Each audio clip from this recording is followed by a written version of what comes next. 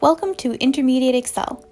Today we're going to be making sense of large sets of data by doing things such as validating data, creating if statements, using lookup functions, applying conditional formatting, and manipulating pivot tables. We also have two other Excel workshops if you're interested. We have Basic Excel, where we learn the basic functions of Excel by creating a simple budget planner. And we also have Excel for lab reports, where we focus more on making graphs and charts and running statistics.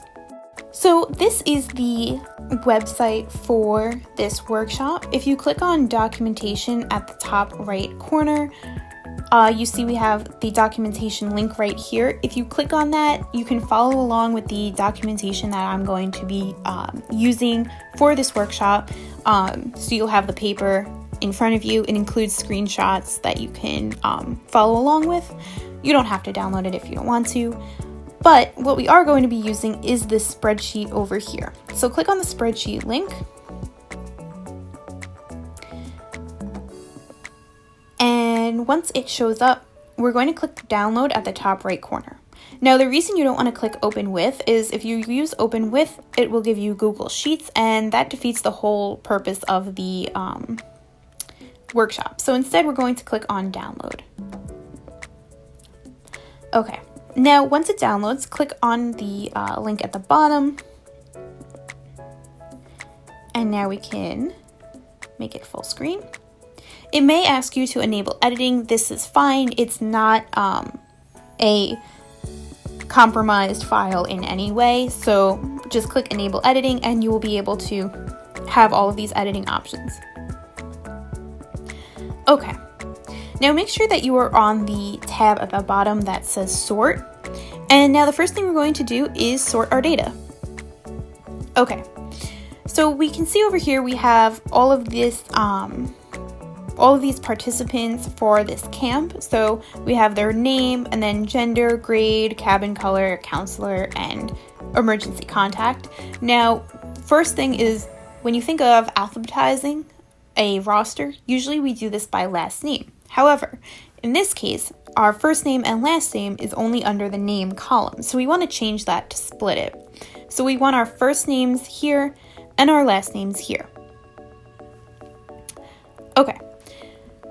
So what we're going to do is just select our names under this column. So just the names. And now up at the top, click on the Data tab. Once you've done that, click on Text to Columns. So that's right here. Okay. So first thing is check off Delimited. So that means that our characters are separated by commas or tabs in each field.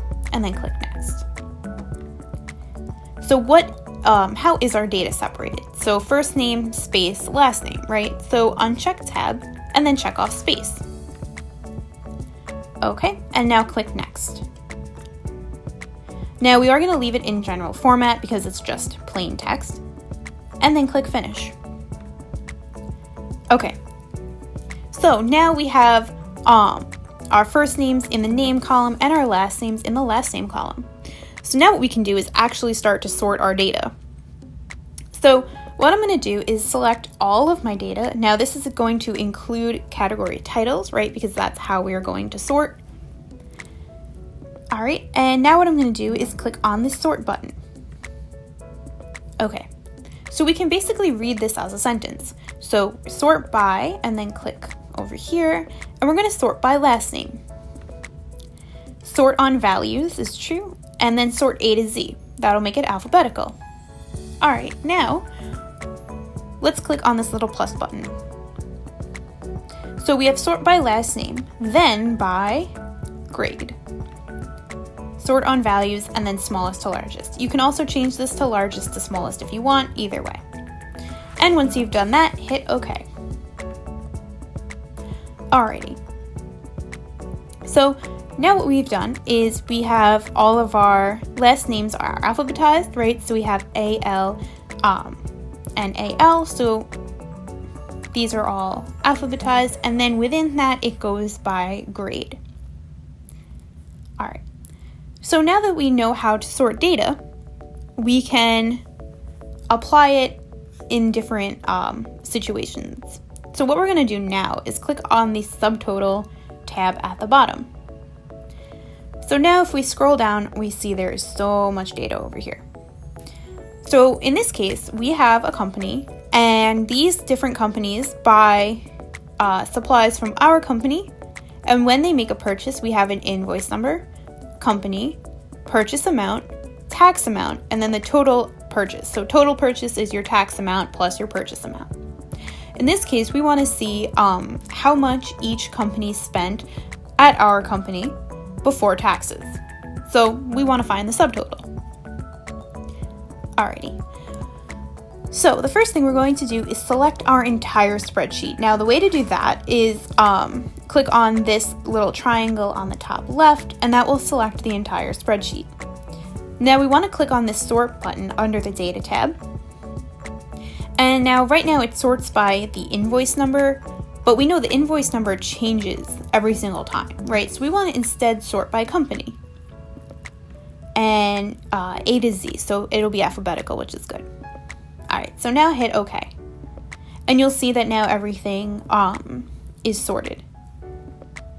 All right, so the next thing we want to do is, with all of this data still selected, click on Subtotal. So it's under the Data tab and it's over to the right, so click on that. All right, so at each change in, right now it says invoice number, but we know that the invoice number changes with every single purchase, so that wouldn't make any sense. So we're going to click on that and change it to company. So at each changing company, use the sum function, right? And then uncheck total purchase and check off purchase amount. If total purchase was checked off, we would be including taxes, but we don't want to include taxes, right? We just want to know before taxes.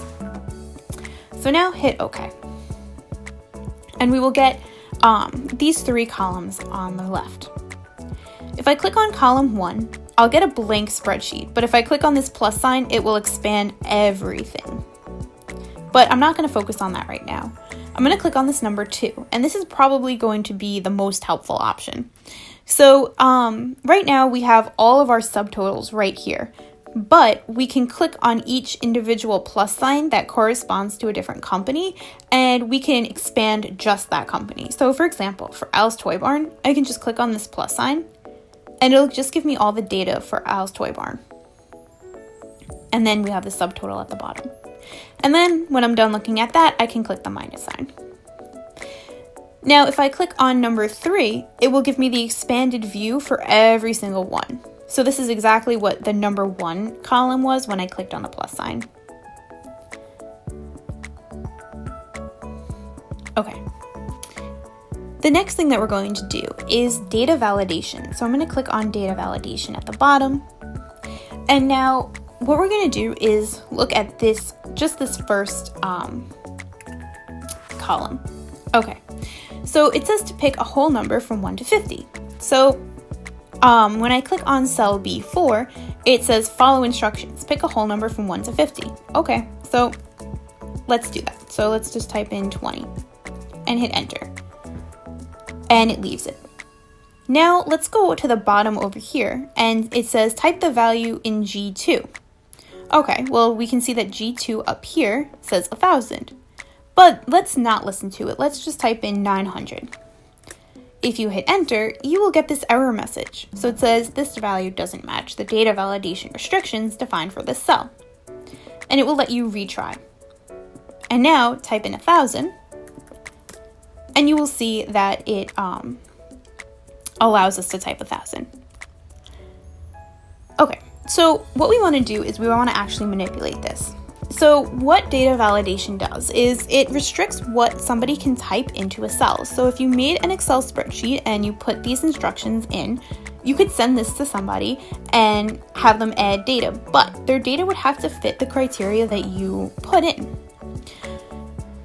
So let's click on cell B4. And under the Data tab, let's go over to the right and click on Data Validation. First thing is settings. So we're going to change this completely. So we're going to completely change the instructions and everything. So where it says allow a whole number, click on that and instead put text length. Then for data, put equal to. So right now it says between, but we want to set it equal to. And then let's type in where it says length, 5. So now let's read this as a sentence. So allow text length with data equal to a length of 5. All right. Now let's click on input message.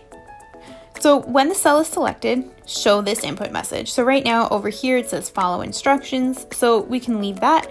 But now we're going to change this. And we're going to say type a word that is 5 letters long. And now for your error alert, this will come up when we type in the wrong, something that doesn't fit the criteria. So we can type in for our title, stop, and then for your error message, follow instructions, or whatever you would like to put. All right, now hit OK. So now let's click on cell B4. It says follow instructions, type a word that is 5 letters long. All right, well, we're not going to listen to them. We're going to type in a word that's 2 letters long and hit enter. But now we get that error message that we put in. So it says stop, follow instructions. So now if I hit retry and I'm going to type in hello, that's 5 letters long. Now if I hit enter, it will let me put that in because it followed the criteria. All right. The next thing we're going to do is create an if statement. So at the bottom, click on this if statement tab. So now we have a list of employees and we have their annual sales. We want to calculate their commission, create an if statement to see if they get a bonus, and from all of that data, calculate their total income. Now, with this whole workshop, basically we're going to be running all of these formulas and picturing what how much more helpful it would be if we had a huge data set, right? So right now we have 15 employees, but say our company had like 10,000 employees. The bigger the data set, the more these formulas are going to be useful. Okay, so let's look at our first employee. So she made $16,000 in annual sales. Now we want to calculate her 10% commission. So in order to start a formula, always type your equal sign. Since we're going to be data filling, we don't want to type in 16,000. We want to click cell B2 so that when we data fill, it doesn't do 16,000 every time. It does whatever the next cell is. Now type your asterisk and do 0.1 because that will be 10%. And now hit enter. And we get $1,600. That makes sense. Now let's do that. Let's data fill that all the way down. So in order to data fill, click on your cell once and it will have this green border around it. Hover over the square at the bottom right corner until your cursor turns into the black plus sign. Then click and drag all the way down and you'll see it will do the same formula. So if I double click on this cell over here, it will do B13 times 0.1. So you can see that's why we didn't do 16,000 times 0.1, we did cell B2 times 0.1. That way it data fills properly. Okay, now I'm going to go up here to cell D2 and calculate the if statement. So deciding who gets a bonus. So I'm going to type equals and I'm going to type if and then an open parentheses. And now you'll see we get our criteria here at the bottom. So the first thing is our logical test. So is B2 greater than 50,000? Right? So is their annual sales greater than 50,000? Now let's do the comma. And now it says value if true. So whatever text is bold, that's the criteria we're currently working with. So if it's true, well, they get a $2,500 bonus. So 2500. Comma. If it's false, well, then they don't get a bonus. So I'm going to type 0 and then close my parenthesis and then hit enter.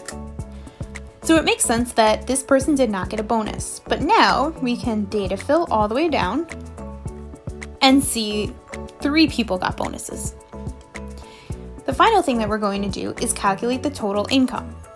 So we're going to type the equal sign and then write sum and then open parentheses. Now we're going to select these three cells. I know that this person didn't get a bonus, but again, when we data fill, it will make sense that this person who did get a bonus, their bonus is included in their total income. So now we're going to close the parentheses and hit enter. Again, we can data fill all the way down. And then we have calculated everybody's total income. Okay. So the next thing we're going to do is look at absolute value. So click on that absolute value tab at the bottom. I'll zoom in a little bit. Okay. So once again, we have our list of employees. We have their 2018 salary. We have the increase, which we're going to calculate using this 2%. And then we're going to calculate their salary from, like their total salary from this and their increase. All right. So what we're going to do is type in our equal sign.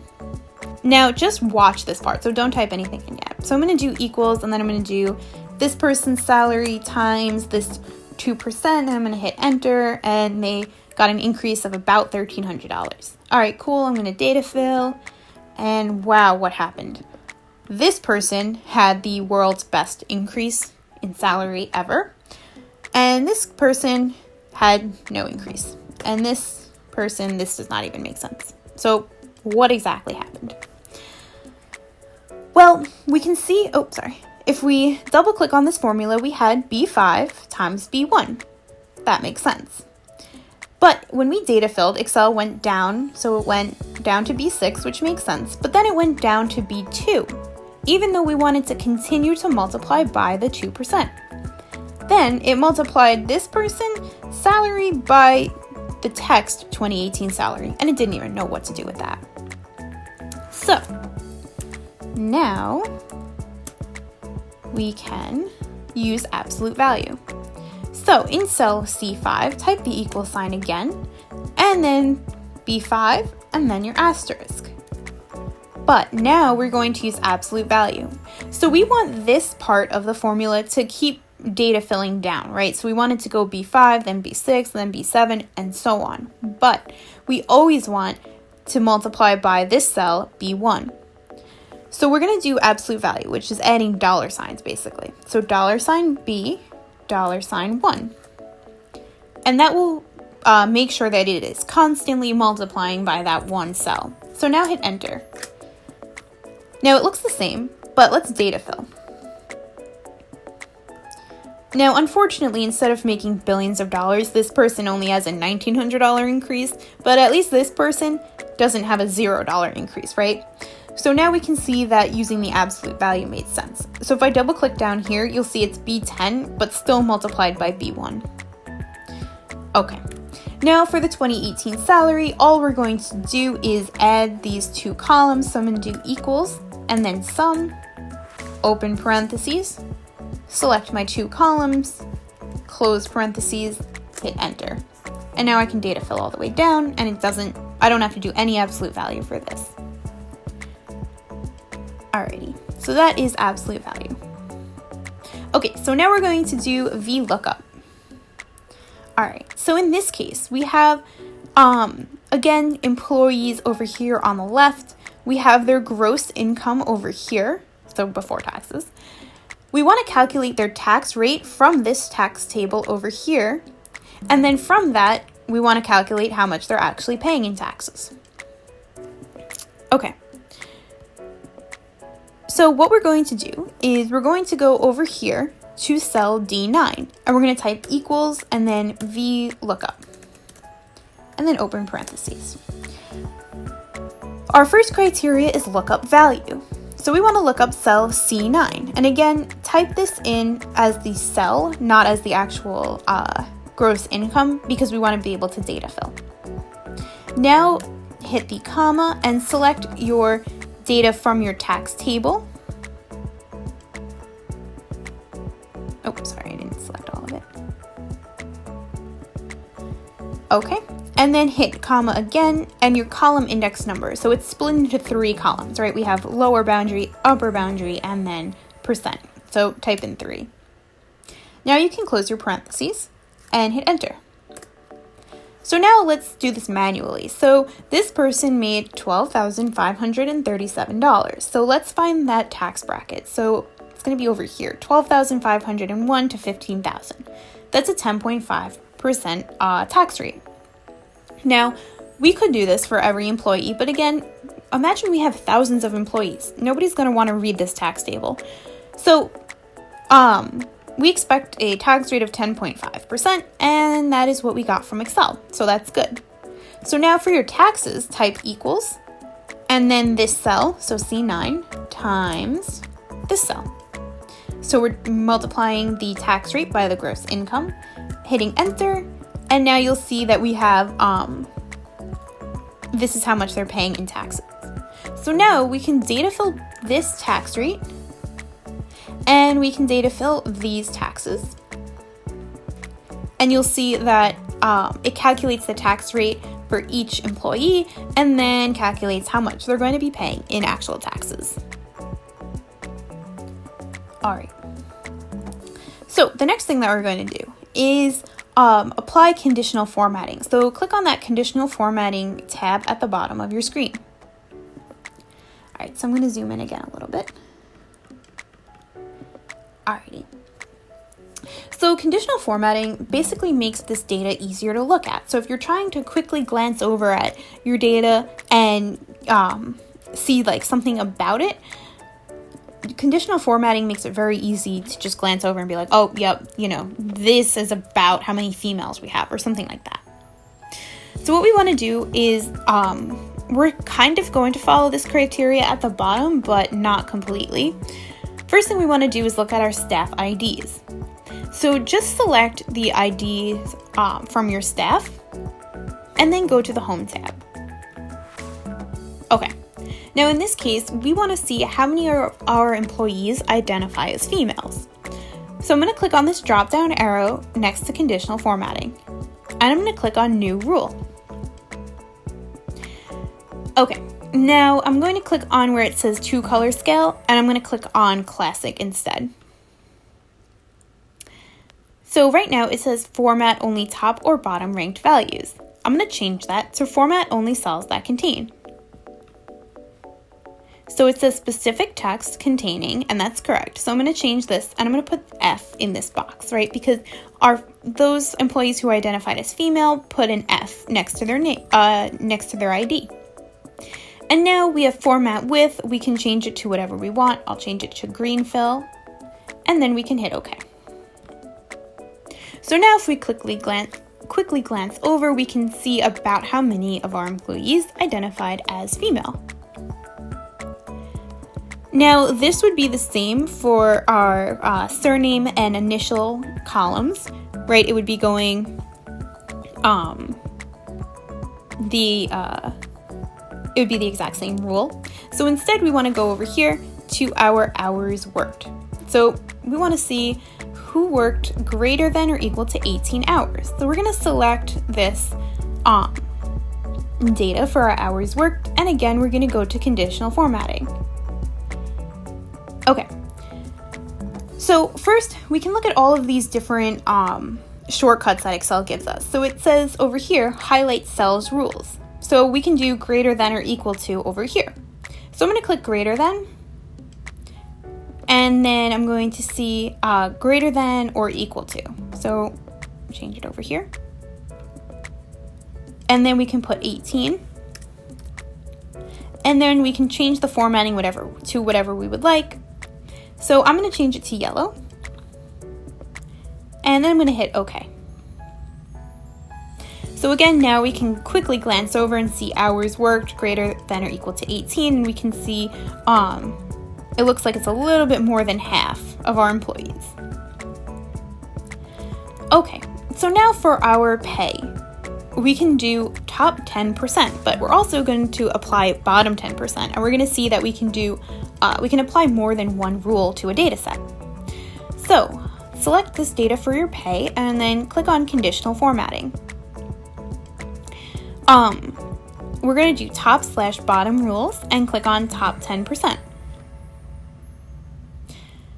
So all of this looks right. I'm just going to change this to green and then hit OK for top 10%.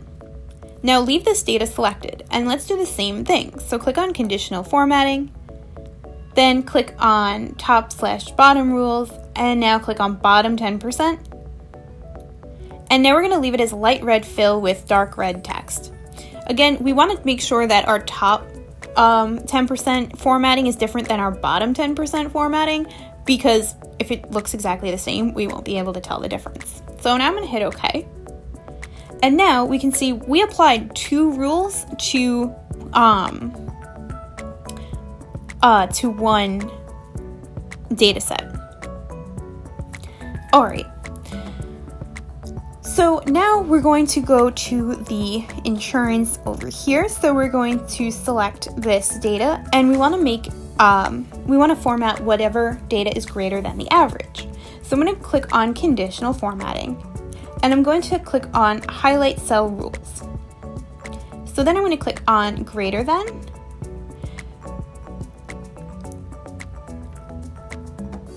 and I'm going to click on Format only cells that are above or below the average. So we want cells that are above the average.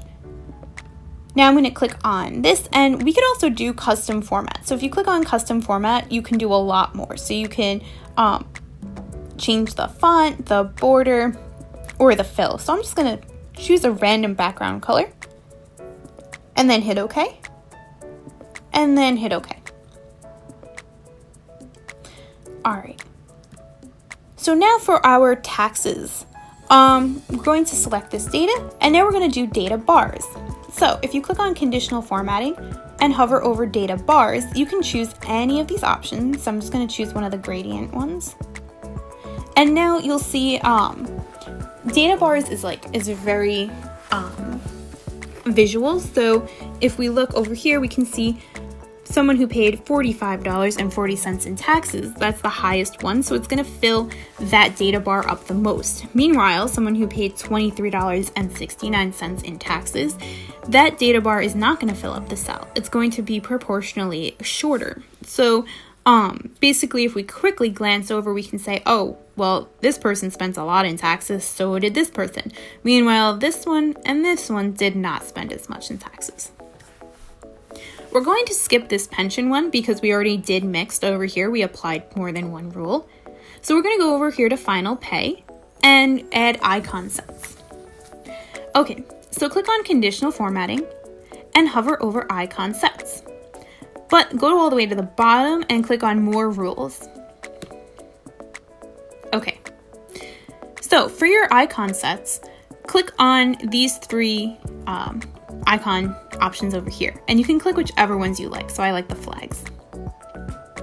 Now over here, we're going to leave it, but I just want to show you that you can actually change this. So right now it's going to give us the green flag for the top 3%, the yellow flag for the middle 3%, and the red flag for the bottom 3%. You could change these values if you wanted, but I'm going to hit OK. Now it might give you all of those pound signs. That's fine. That just means that because these icons take up a lot of space, that's totally fine. That just means that you need to double click between these 2 columns to adjust the column width. Nothing is actually wrong with your data. So now you can see this person made the top 3% for Final Pay, as did this person. Meanwhile, this person and this person made the bottom 3% for Final Pay. Okay.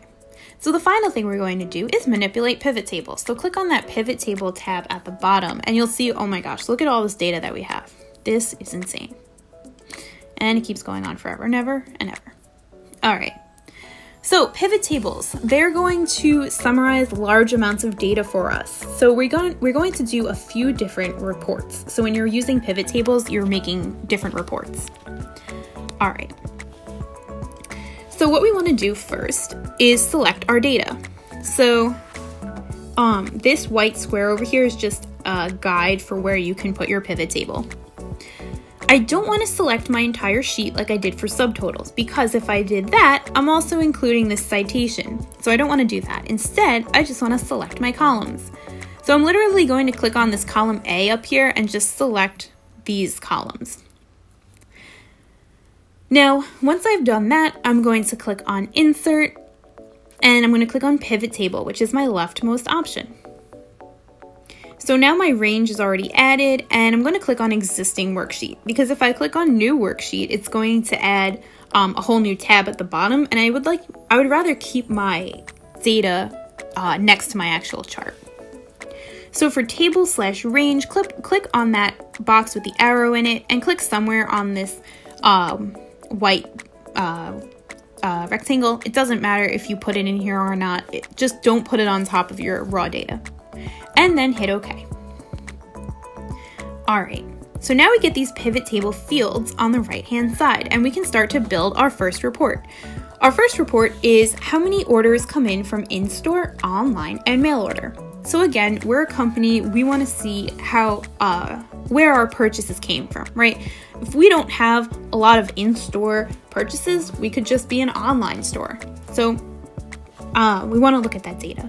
So for report 1, we're going to click and drag where down to rows. So all I'm doing is clicking and dragging. I'm going to drag how to columns, and I'm going to drag quantity, so scroll down, to values. All right. So if I look at my pivot table over here, we can read this pretty easily. But the first thing I want to say is that it always gives you this blank row at the bottom. So you want to get rid of that, but it's very easy. Just click on the drop down arrow next to row labels, uncheck blank, and then X out of that. And it will just take away that blank row. I don't know why it gives it to you, but it always does. So now we can really simply read our pivot table, right? So I can say, all right, well, the Center Reach store had 885 in-store purchases, 244 mail-in from the catalog purchases, and 75 online purchases from the website. Center Reach had a total of about 1,200 purchases, regardless of the way it was purchased. However, we can also say, no matter, regardless of store, we had 183 purchases online. So honestly, it looks like we have a lot more in-store purchases than online. So I don't think our website's doing too well. All right, now let's uncheck these 3 pivot fields on the right. And let's build our second report. How did each store do in each quarter of the year? So we're going to drag where to our rows, when to our columns, and revenue to our values. Now, when we dragged when to our columns, we got months. So what I want to do is look at where it says months, and I'm going to right click on where it says January up here, and I'm going to click on group. Okay, now when we think about like how businesses report how they're doing, they don't really do it by month, right? They do it by quarter. So right now, days and months are selected, but we want to click on quarters instead, and then hit OK. And now you'll see it changes up here to quarters. So now we can see how each store did in each quarter of the year. Alrighty. The final thing we're going to do is create a pivot chart, and we want to see what is the most popular item. So leave this pivot table alone, but what we're going to do is we're going to go and select all of our columns again. Remember, don't select the entire sheet, just select the columns. And now we're going to click on Insert, and we're going to click on Pivot Chart over here on the right. And then we're going to click on Existing Worksheet, because again, we don't want to make a new tab. And then we're going to click on the square with the arrow in it. And we're going to just click on a random cell. Remember, don't drop it on top of your pivot table or your raw data. Just drop it somewhere in the middle of your sheet, and then hit Enter, and then hit OK.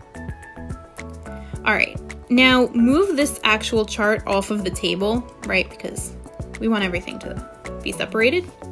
And now we're going to build this chart. So, what we want to do is move what to axis fields. So what goes to the axis fields, and then quantity to values. So quantity to values. Okay. Alrighty, and now we can see that once again, oh, there we go. We have this blank down here at the bottom. So the first thing I want to do, click on that drop down arrow and uncheck blank.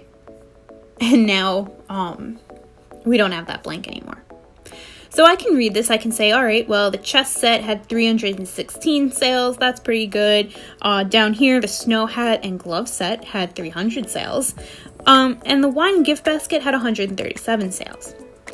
Now, we can also read the same exact thing on our chart over here, but let's make this even easier for us to read. Let's sort. So I'm going to click on what was the drop-down arrow. Now it's the filter button, so I'm going to click on that. And now it says sort. So I'm going to click on what, and I'm going to click on sum of quantity. So I want to sort ascending by sum of quantity. And then I'm going to X out. So now this makes it even easier for us to read. So what's the most popular item? Well, it's going to be this Fly Right sports kite because it's at the bottom with 366 sales. Meanwhile, the wine gift basket was at the top because it was the least popular item with 137 sales. So that is our pivot chart. And again, you can just read the table or read the chart, whichever you would like.